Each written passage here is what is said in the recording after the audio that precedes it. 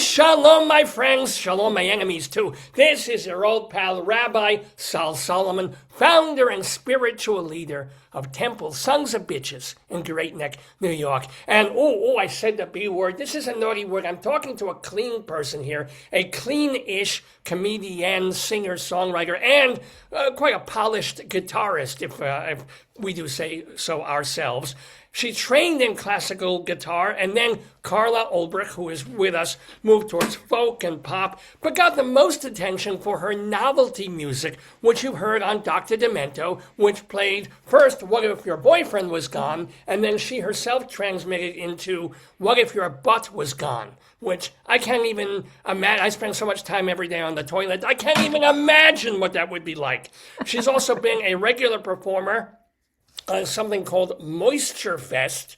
I have no clue, but sounds fascinating. And she has collaborated with wonderful people who have been on this program, like Sean Altman of Jewmongus and Christine Lavin and people like that. She's had some medical issues, but that has not stopped CARLA ULBRICH from making music, from making comedy, and from being right here in the neighborhood on Dave's Gone By. So CARLA, first of all, most welcome joyously to you. Shalom and welcome. Oh, thank you. Wow. Now, with that build-up, I can't wait to hear me.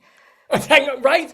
It makes us want to hear songs like What If Your Butt Was Gone and several songs that you literally wrote while you were getting over illness, including The Colon, and we're not talking about punctuation here, and On the Commode Again. Yes, not all my songs involve the rear end, but there was a theme there for a while. What percentage of your songs involve the tuchus? Maybe 2. No, two. No, it's almost a whole album of things that were, yeah. Well, there is an album of all medical stuff, but only 2 of the songs are about there's What If Your Butt Was Gone in the colon and On the Commode. Okay, 3 out of 10. Out of that album. Spanish Inquisition, 3. No, wait, that's 4 songs. Okay, well, and then the reprise and the remix and the radio edit and the videos, of course. No. Yeah, no, absolutely. So, I don't want to necessarily start with illness, but I'm Jewish, so I will. So you were very sick. You had a stroke. How old were you when you had a stroke? 32, I think. Was it genetic? Why the hell would someone who's 32 have a stroke? Well, I had uncontrolled high blood pressure. Didn't know it. You can just not know that. It's not something that's obvious. So, and kidney problems. Did you realize, when did you realize that your kidneys were having trouble? Well, I started to have some symptoms like the holding fluid in my legs. And, I went to the doctor after the stroke. I went to the hospital, actually. And so I went to a whole bunch of doctors and parade of doctors every morning. You wake up and there's like 7 people surrounding your bed. It's a teaching hospital, so you get 7 doctors. I have a teaching synagogue. People come to me to see what not to do. The leading by anti-example, and serving as a warning to others. Yes. Yeah. Well, I could give you one of these rear end songs, sampling, if you like. Please. Okay. And, I'm just hoping the guitar will play, because sometimes with Zoom, that sounded good. Sounded good? Okay. All right. So originally, the first song that ever got played of mine on Dr. Demento, which, by the way, Dr. Demento just had his birthday, turned 85. Mit Mazel, mit Glick. Yeah.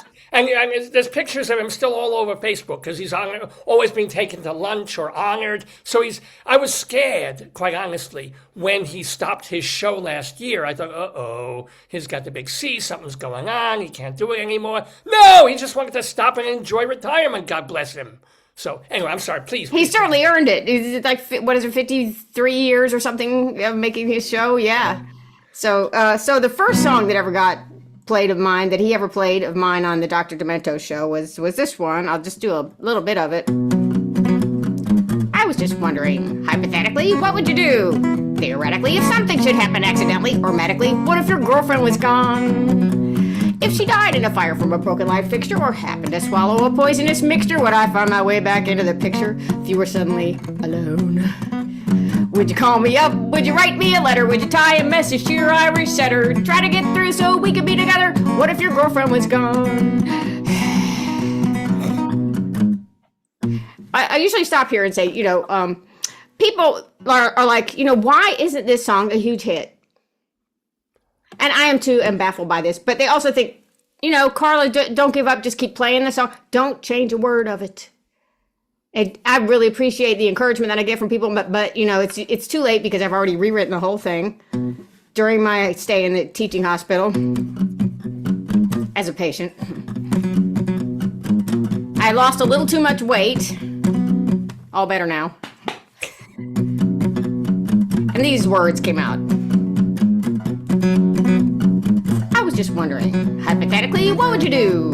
Theoretically, if something should happen accidentally or medically, what if your butt was gone? If sitting in a wooden chair felt like tax and you found you had nothing to hold up your slacks because instead of a butt now you just had a crack, something would have to be done. Would you write Dear Abby for advice in a letter? Put a cushion in your chair to make you feel better. Try to fatten up with brie and cheddar. What if your butt was gone? If sitting in a wooden chair felt like tax. I already sang that part, didn't I? Yeah, it's all right. You can sing it again. Butt, as you know, could be curvy or flat, dimpled or pimpled, skinny or fat, just like an opinion. Everyone's got one, but what if your butt was suddenly not one? If something should happen, hypothetically, what would you do? Theoretically, if something should happen accidentally or medically, what if your butt was gone? Would you call me up? Would you start confiding how you tried to make it grow with fluorescent lighting? How you had to give up horseback riding? What if your butt was gone? Would you realize there's a good selection? Shopping for clothes in the children's section. Go to your closet, make a commotion. Take on your pants and throw them in the ocean. Now normally, I would say sing along, but it doesn't really work on Zoom. Does your butt hang low? Does it wobble to and fro? Can you tie it in a knot? Can you tie it in a bow? Can you sling it over your shoulder like a continental soldier? What if your butt was gone?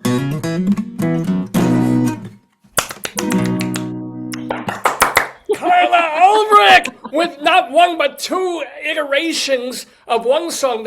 Now I've got to ask, when you wrote the original Girlfriend version, was that really based on like some guy that you wanted who was not available, or was it completely fictional, fabricated? You just It wanted was to be a sick fictitious. song? Yeah. I actually the way this song came about was I wrote down the words hypothetical and theoretical on a piece of paper because I thought it would be fun to rhyme them. And then I went to bed, and the next morning I got up and wrote the song.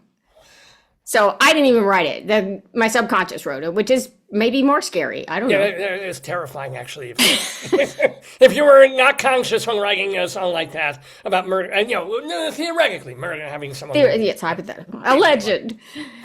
So was that also the first sick, quote unquote, song you wrote in terms of being sick, or when you were starting to write literally a whole album of songs about being unwell? I think the first one I wrote was about one of the medications I was on. Oh, was this prednisone? Yes. Yeah. Prednisone will make you get real fat. Prednisone will give you cataracts. Prednisone, it will destroy your bones. So take some prednisone, destroy your bones today. Prednisone, your moods are up and down. Prednisone, your face is big and round. There it is. Prednisone will mess with your hormones. So take some prednisone, spend your life alone today. I got that from my babysitter. He used to sing us Comet will make your mouth turn green. Oh. I mean, when I was a kid. I don't have a babysitter right now. I probably should have a babysitter right now, but I don't.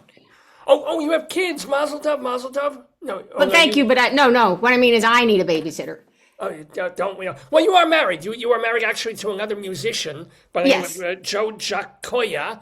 What is it like having two songwriter, singer people? Do you vie for attention? Do you work together? I know you play sometimes together in concerts. So what is it like being married to another artist? Well, it's actually pretty great. He is sort of my muse. He says he has a day job. Okay, so he's not doing right now. He's also in grad school for audio technology at NYU. So is that too much personal information? Don't stalk my husband. So we met at a songwriting camp, and we were both a little twisted, so we really hit it off. And he went back to the Bronx. I went back to South Carolina. We're like, well, this isn't going to work. We'll have to compromise. So I moved 800 miles, and he moved 30. And Yeah. seems about right.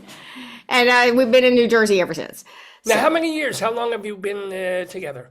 We have been together since 2003.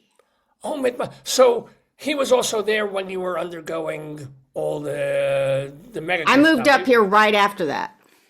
So we're talking about 20 years ago more that you had the We met, and I didn't immediately move up here. Right. There was like a little span of time where we just stayed in touch, and then. But you were quote unquote, how well are you now? You seem completely healthy and happy and all this. Yeah, I'm pretty good. The kidney thing is chronic, but it's totally under control. So what is your function? I'm just kind of curious, like 20, 30, 40, 50%. What is, or do you not even monitor the thing there? Yeah, I don't have an exact number. They give me like creatinine numbers and blood numbers. It's really like a bunch of jargon and blah, blah, blah. But I'm just like, it's a little bit up, it's a little bit down, it's a little bit up from last time. It just stays where it is. But it's never gotten bad enough where I had to get dialysis. It's always been, and good enough to not have to make that way. And it's not in your near or even distant future per se. Just curious. I mean, it's just something that's there. It's chronic. It's annoying. You have to drink a lot of water, and you're good. Thank God. Yeah, I keep I walk 3 miles a day, and I have a bunch of foods I'm allergic to that I don't eat. Ooh. So I'm a real pain in the rear when I go out to eat. What are you allergic to? What is CARLA ULBRICH allergic to? Peanuts? Oh, this is long. I can eat all the peanuts I want. That doesn't bother me, but I am on a gluten-free diet. Throw away the bread and the beer. Gluten-free diet. Nothing left to eat in here. It's, the gluten-free diet. Also, no dairy. And no shellfish. So I'm pretty close to kosher, maybe. I know, there's such thing except matzah on Passover. You can have the gluten-free matzahs. They make that now. It's basically mush on a pile, but still, you can eat this now with this spelt. They make matzahs out of spelt. I don't know if you knew this. Interesting. No, I didn't. I did not know that. Yeah, few people know it. Even fewer people actually care. But yes, this is the truth. So let me ask you, how you do go on tour, or do you generally tend to stay local? How much do you travel as a musician? Because it's the only way to make any kind of living as a musician is to perform live. Yes, I'm mostly sticking to regional stuff now in the Northeast, New Jersey, Eastern Pennsylvania, New York, Connecticut, Long Island, all that. Occasionally down to Delaware and Maryland. But once in a while, if I get like a batch of shows, then I'll go to Florida or Texas or Illinois or even Los Angeles. But it has, it's just here and there. I'm not trying to like live in my van like I did at one point where I was just like out and gone for 6 or 8 weeks straight. I have ADD, so I'm like leave a trail of stuff behind me everywhere I go. Do you have literally ADD, or you're goofing? No. They didn't diagnose us with that when we were kids. The diagnosis back then was scatterbrain.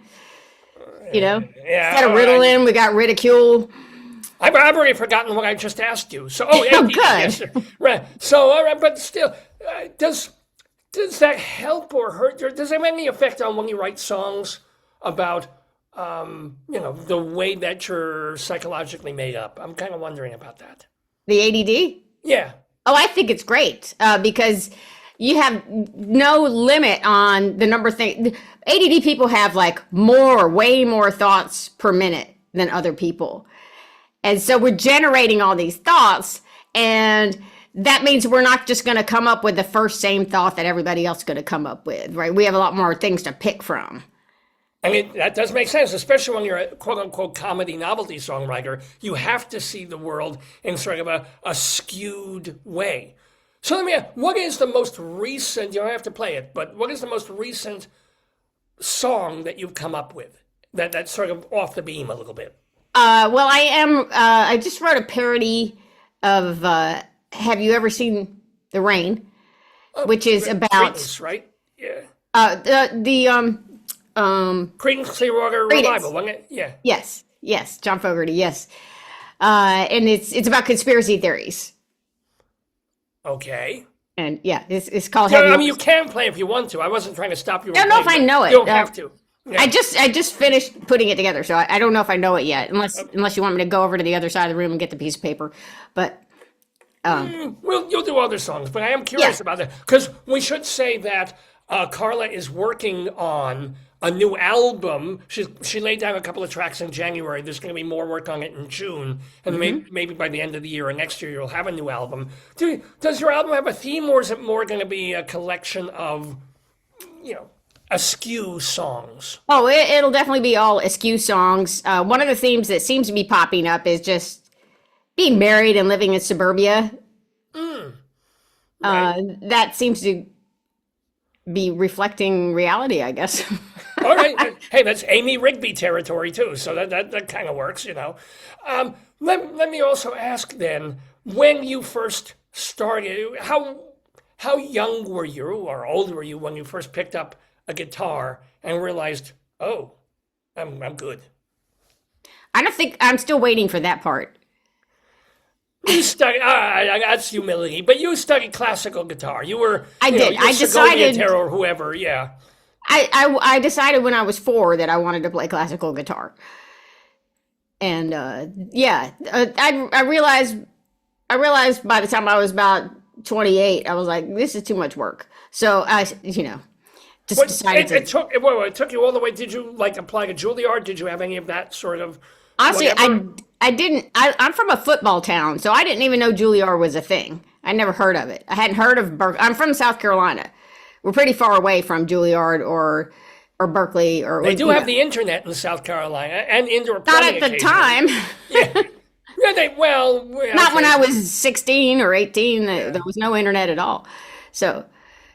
Oh, you seem a lot younger than I thought you were. But okay. But all right. So you didn't, but till 28, were you playing in orchestras? Were you giving recitals? What were you doing? Oh, I did get a bachelor's degree in classical guitar. And then I did what most people do with a music degree, and I got a job selling luggage at the mall. Oh, okay. All right. I'm trying to think of a joke, and it's just not coming. Well, most musicians come with baggage. Exactly. Thank you. Thank you. So, all right, but then at what point did you morph more towards country music? I hear a lot of Chet Atkins in your... the way I love Chet. Yeah. And you've done Chet Atkins, tribute show or things at a Chet Atkins festival or something. So how did that morph over? Let me think a second. I started writing songs when I was in college, and my friends were like, I only played for my friends because I thought my songs were so weird that I didn't want to play them in front of other people. But my friends liked them. And then I would sign up for an open mic, and then I would run away and not do it. So it took me a little while to come out of my shell. But I was writing all this stuff, and my teachers did not like that at all. They're like, you need to be practicing. I'm like, I'm not practicing. I'm doing my real music as well. But they didn't want me to be doing that sort of thing and sullying their practice rooms with music that people actually like. So anyway, that in college is where I studied, where I started writing. I studied as well, but I was writing my own songs. That's where I started doing that. Wow. And so what was your first novelty parody song? Do you remember? Again, if you don't want to play it, but what was it? That's a really good question. I mean, the first one that got played, I already played for you. But I don't know what the first funny song... We used to write funny songs about our teachers in college. I don't remember any of them, but we had kind of like impressions of each teacher that was set to music. That makes... All right. It makes complete... So when you were 28, a light bulb. So it's like when a dancer turns 30 and they haven't become famous. It's like, I'm either going to choreograph or I'm going to sell luggage. By 28, you decided what? Well, I found the world of folk music. That's what changed everything. And I met Joe, and he showed me around the world of folk music. And that's I'd say that's what changed things, as I started meeting all these people who wrote their own songs, and somebody suggested I send my music to Dr. Demento, and I did. And so that's when I started finding more of my people, the similar artists and the people who like to listen to those kinds of artists. So that definitely, Dr. Demento opened a lot of doors for me to meet more like-minded people, as he did for all of us. Oh, yeah. I mean, your music has also been on Sirius XM, and I think you have on PBS at some point played some songs of yours. But Demento is really that initial, opening the door calling card, a la Weird Al, a bunch of other artists, of course. So what is it, when you do a full-length concert, are there any serious songs that you sneak in there, or it's all just for variety? Did you ever write a serious song as I'll never be able to do it because everybody expects funny? I do sometimes slip in a serious song or two. Usually the serious songs still have a little bit of that skewed viewpoint, and I wrote one somewhat recently about the Archie comics and how, it's just talking about looking back on reading those comics now. It's like, this is kind of a weird message to be giving kids, right? With this love triangle, that we're okay with this love triangle. For 80 years, this triangle's been going on, right? So it's still kind of like looking at it humorously, but it's a semi-serious song making a point like that. It's not a laugh a minute or a laugh every 10 seconds or whatever the rule is with comedy. That it's got less laughs per minute, but it's still kind of... See, nowadays they'd be a leather thruple, I think. They would just, they would really just toss all convention to the wind. And, Becky would do most of the cooking, et cetera, and so forth. But let me also ask, by the way, we're talking with CARLA ULBRICH, and we want to stress that there are a lot of ways to see her up and down the East Coast over the next couple of weeks. For example, on May 2nd, she will be at the Brooklyn Art House, and I pronounce that in the Germanic way, because I guess they killed Jews there, but it's Brooklyn Art, H-A-U-S, Brooklyn Not Art on my watch. And then on May 7th, she is with our friend of the neighborhood, Mike Agronoff, at the Godfrey Daniels Club in Bethlehem, Pennsylvania. Bethlehem, that's a place. Bethlehem, I get. That's good. May 20th, she's with the wonderful Christine Lavin, also Buskin and Bateau, and one or two other folks at the Club Passim in Cambridge, Massachusetts. And then the big one, the one that we really want to stress, and also for people from New York, Long Island parts, on June 13th, Saturday night, she will be part of the Long Island Comedy Festival happening at the Argyle Theater, which doesn't suck. Get it, Argyle. Babylon, New York is where the hell that is. It's the Long Island Comedy Festival, June 13th. Plus, you also, we're not going to go back to the sickness thing, but you did write a book that I guess is still available called How Can You Not Laugh at a Time Like This? Because people will ask you, sick or not, or even just the crazy times we're living in. In fact, I even wanted to bring this up, that when Tom Lehrer was asked again and again, why did you stop writing songs in the early 1970s? And he would say, well, because things weren't so serious, it wasn't funny anymore.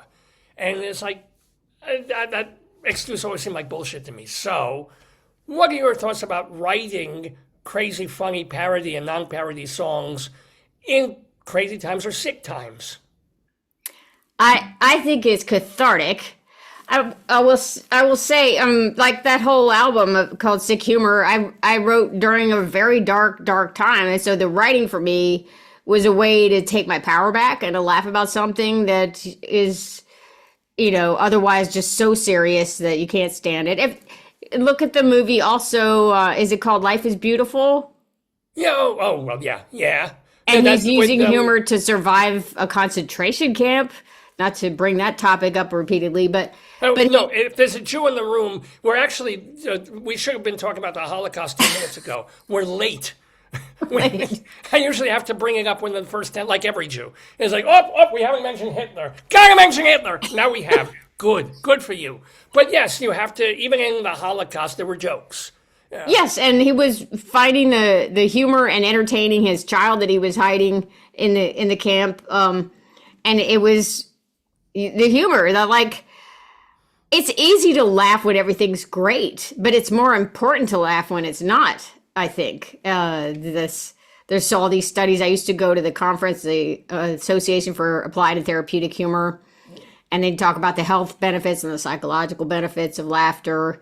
They do all these scientific studies to prove what we already know, how beneficial laughter is. Although I will say this, as the owner of several hernias over the years,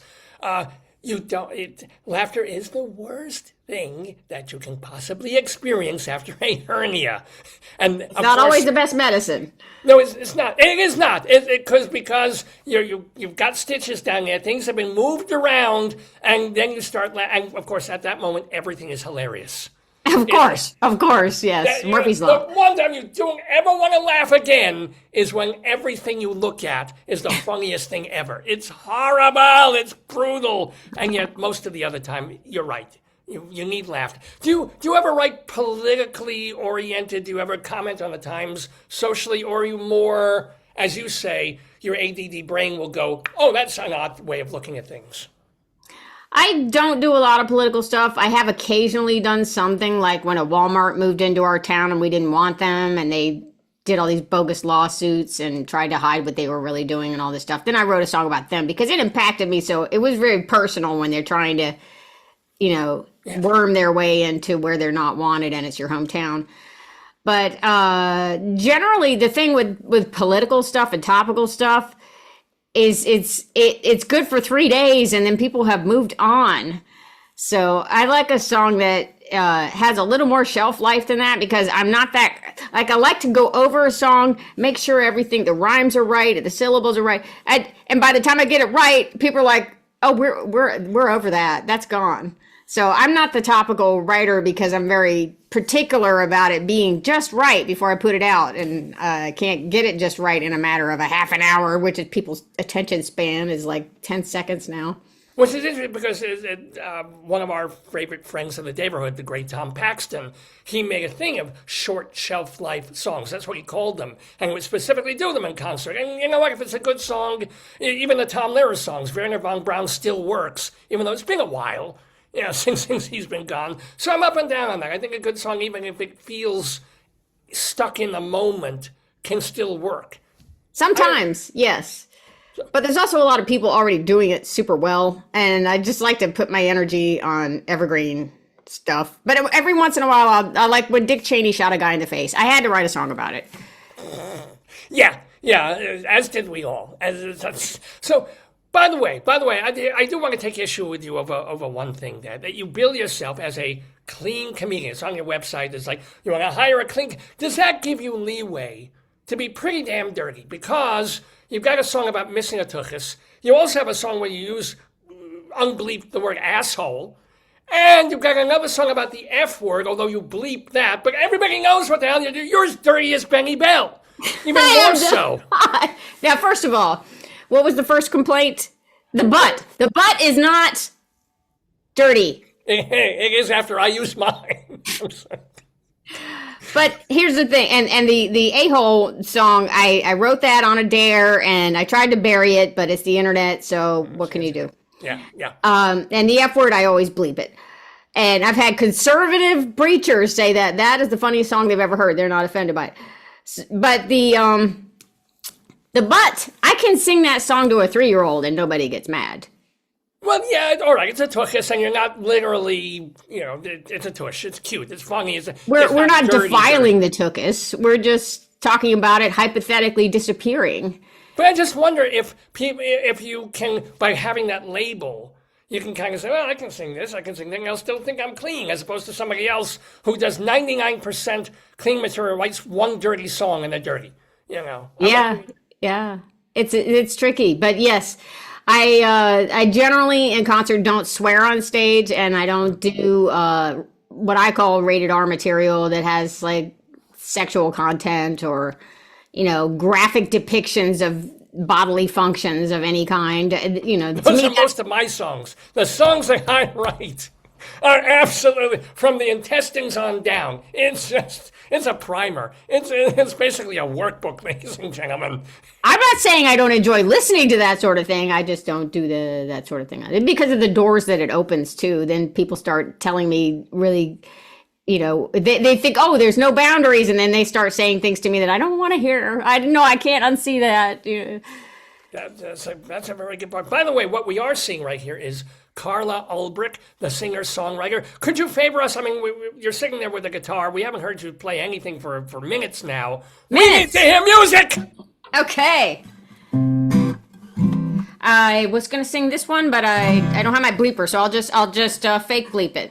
Since we were talking about this song, this is my big hit. Oh, do you need that kazoo thing that you usually... Yeah, but you can go get... I mean, we'll wait. I'll just vamp, because I'll tell people again where they can see you. May 2nd, she'll be at the Brooklyn Art House. On May 7th, she's at Godfrey Daniels in Bethlehem, Pennsylvania. On May 20th, it's Christine Lavin with Busk and some other people too, but of course CARLA ULBRICH at Club Passim in Massachusetts.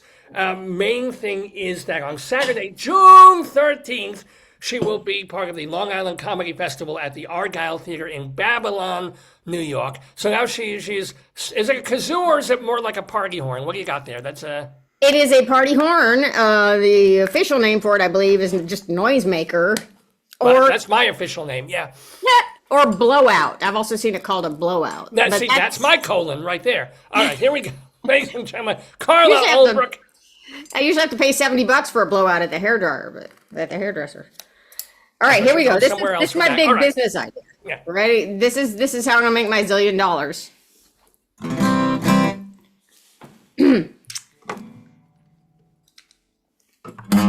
Here we go. If I had the copyright on the word, I'd say this job and yourself, you dumb. No need for hard work and no need for luck. If I had the copyright on the word, it's filthy, it's nasty, unseemly, and vile. That all may be true, but it's so versatile. So often deleted, this fine expletive is a verb, a noun, and an adjective. If I had the copyright on the word, I'd have no need for dadgum, dang, darn, shoot, or shucks. Four-letter word usage is perfectly honed. I could retire on New York alone, where they say, motherfuckers, I don't give up. They can't joking. Hey, what the? Those will fuck you, so don't give up. Quit f***ing around or you're gonna get. If I had the copyright on the word.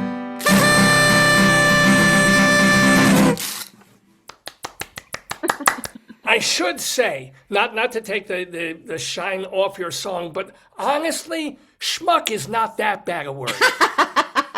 As I use it all the time, people use it about me even more than I use it about them. So just FYI, it's not so terrible to say schmuck. It's not a good word. It means something, but just letting CARLA ULBRICH. That is a very, very useful word. It is. It absolutely is. Now, I want to ask you about some of the weirdest, worst, not necessarily hell gigs, but strangest gigs that you have. Because, for example, CARLA ULBRICH once opened for Twiggy, but not the David Bowie cover model pop. No, it was Twiggy. Who was Twiggy? Twiggy is a water skiing squirrel. Of course she was, yeah. What was that about? Well, Twiggy was the big draw at our festival on the lake in my hometown. And I was on stage melting because it was July 4th and it was about 100 degrees and 150% humidity. And I was just finally getting my set started because the PA it was so hot, the PA stopped working and they had to get a bunch of coolers and put fans on the coolers to cool. It was really, and so I finally, into my second song, they go, in 5 minutes, Twiggy, the water skiing squirrel, will be down at the waterfront. And so everybody left. Oh, boy. And that was one of the moments that you actually wished you were making luggage sales more of a career. Right? I'm going to go What back are and some work of at the a other, mall. like, weirdest, worst gigs that you had to endure as an up-and-coming musician? I think it was probably, I don't know if this place is still open, so I won't mention the name, but it was a place in St. Louis that was owned by a guy, apparently, legend has it, that his parents bought him the bar, even though, or maybe because, he has a drinking problem. And I get there, and there's like 6 people there, including, let's call him Frank. It's not his name, but Frank. So Frank's behind the bar, belching through my entire first set. And I look around, and hanging from every fixture on the ceiling are ladies' bras and underwear. And at the end of the show, he goes, well, let me show you where you're going to sleep tonight. And it was a futon in his apartment. Ahem.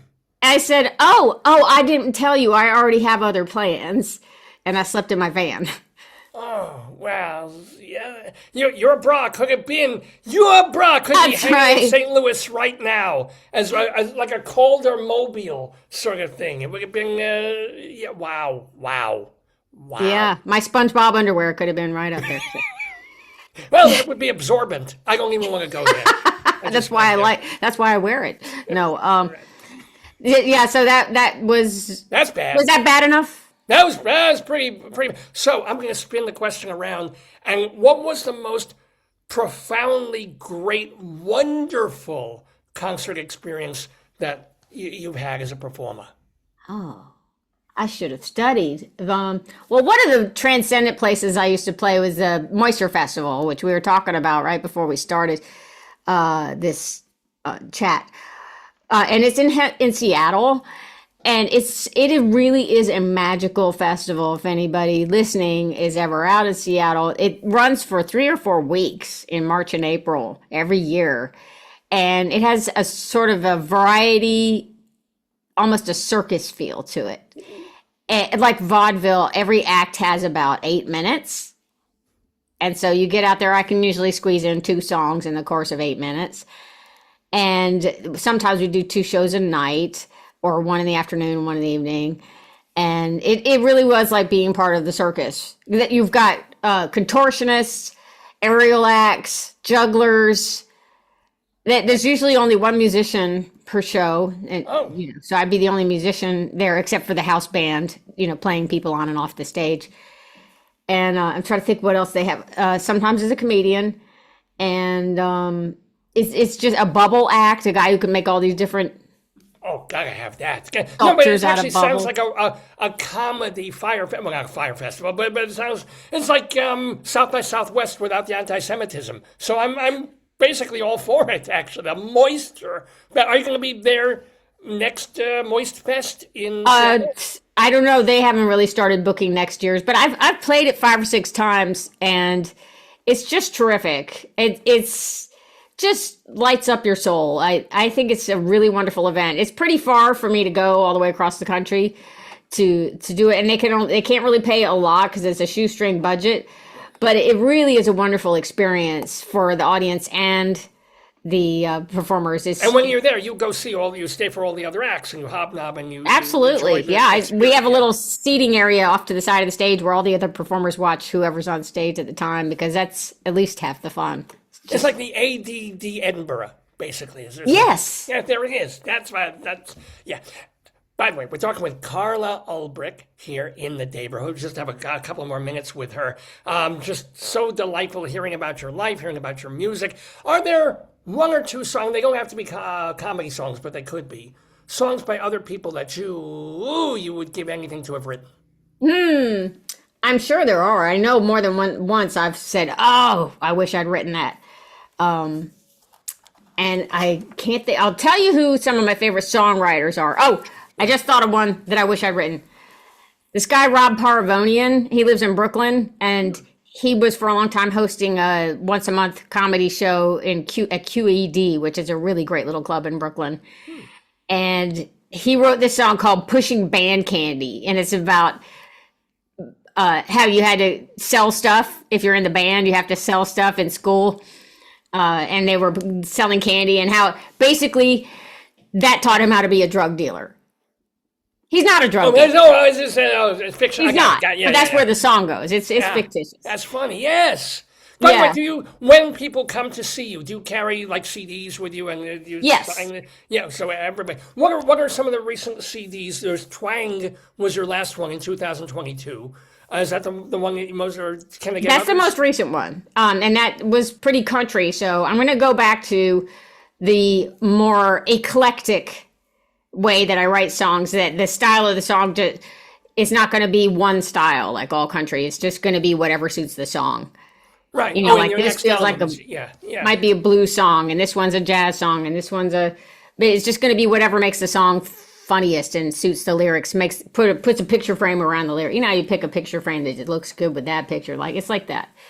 Yeah. So just going back to just suiting the song, and don't worry about having a theme. Well, that's one of the beauties of novelty music, is that people expect it. They don't necessarily, I mean, I'm sure, as a country album, fine, but if it isn't, people are just like, oh, and with parodies, if they're familiar, it's not like all Alan Sherman songs sort of sounded the same because he had the orchestra, but he was plucking from all these different kinds of genres of music, as it was Tom Lehrer occasionally, not to mention Weird Al, of course.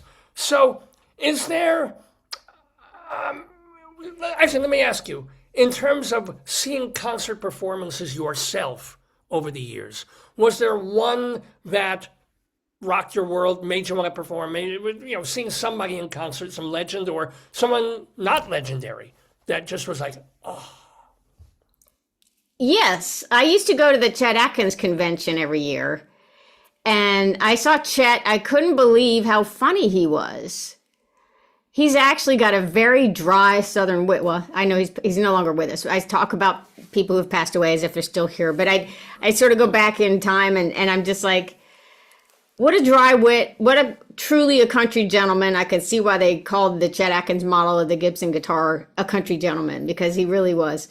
And he was funny, but he was also excellent. He didn't take himself too seriously. His humor could be sometimes self-deprecating, and one time he got on stage, he had forgotten his belt, so he took his necktie and wore it as a belt, and then he had to admit it, of course, instead of trying to play it off. He just humble, and seemed to really just love the world that he created for himself with the music, and being someone who was so integral to the Nashville scene, and really helpful to get other people, give him a leg up, other talented people. So I felt like he had the whole package, that he was funny and talented and didn't take himself too seriously, and that he was also very kind. How do all those things, who else does that describe? Ooh, I think that describes CARLA ULBRICH, ladies and gentlemen. Get her book, get her CDs. We're going to ask you to play one more song, of course. But before then, we want to remind you that on May 2nd, you can see her at the Brooklyn Art House doing a pair of songs there. On May 7th, she'll be with Mike Agranoff at the Godfrey Daniels Club in Bethlehem, Pennsylvania. On May 20th, she's part of, what's the name of the group? Christine. The April Fools. The April Fools, who are playing in May, so... Two places. We're playing Club Passim and the Harvard Club at the Cotuit Art Center on Cape Cod. It's going to be so fun. Oh, and that's in, well, May 20th, is it the same day? May 20th is... May 24th. May 24th is also... So if you missed them in Cambridge, at the other Cambridge and the Harvard thing on May 24th, right? And you've got... Cambridge on the 20th. Cape Cod on the 24th. Cape Cod on the 24th, sorry, yes. And then on June 13th, Saturday, especially for all our New York viewers, it's at the Long Island Comedy Festival at the Argyle in Babylon. And that's a full concert, that's a full hour or so. I'm part of a whole lineup of comedians. Oh. Okay. He usually does all female lineups. It might be called Mom's Night Out or something like that. Even though I'm not a mom, don't tell anybody.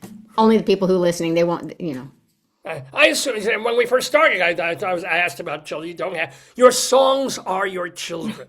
Yeah, and my love kidneys. them. I gotta take care of these kidneys, Yeah, well, take care of our ears, please, Carla All right. Ulbrich, by singing one more song of your choosing as we take you sadly out of the day bar. We hate to let you go, but give us one more joyful bit of music, please.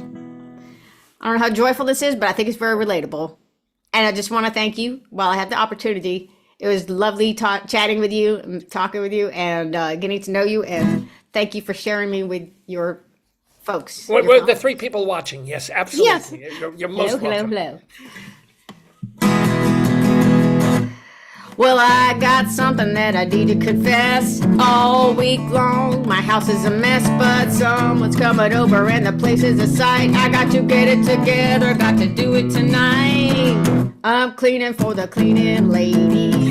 I'm cleaning for the cleaning lady. No one else on earth could have made me. I'm cleaning for the cleaning lady. Yeah, I tear through the house like a hurricane, and I clean all the gunk and the hair from the drain. Got my stuff put away, no more clothes on the floor. Nobody opened the closet door. I'm cleaning for the cleaning lady. I don't rake the yard for the lawn guy.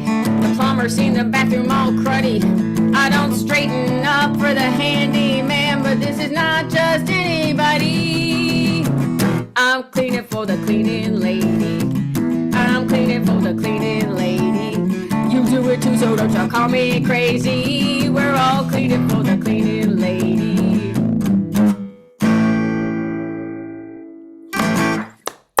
Carla Ulbrich, and by the way, it's funny because it's true. And, and it's true that we love Carla Ulbrich. We thank you so much and wish you health and music and all good things, and shalom to you. Shalom.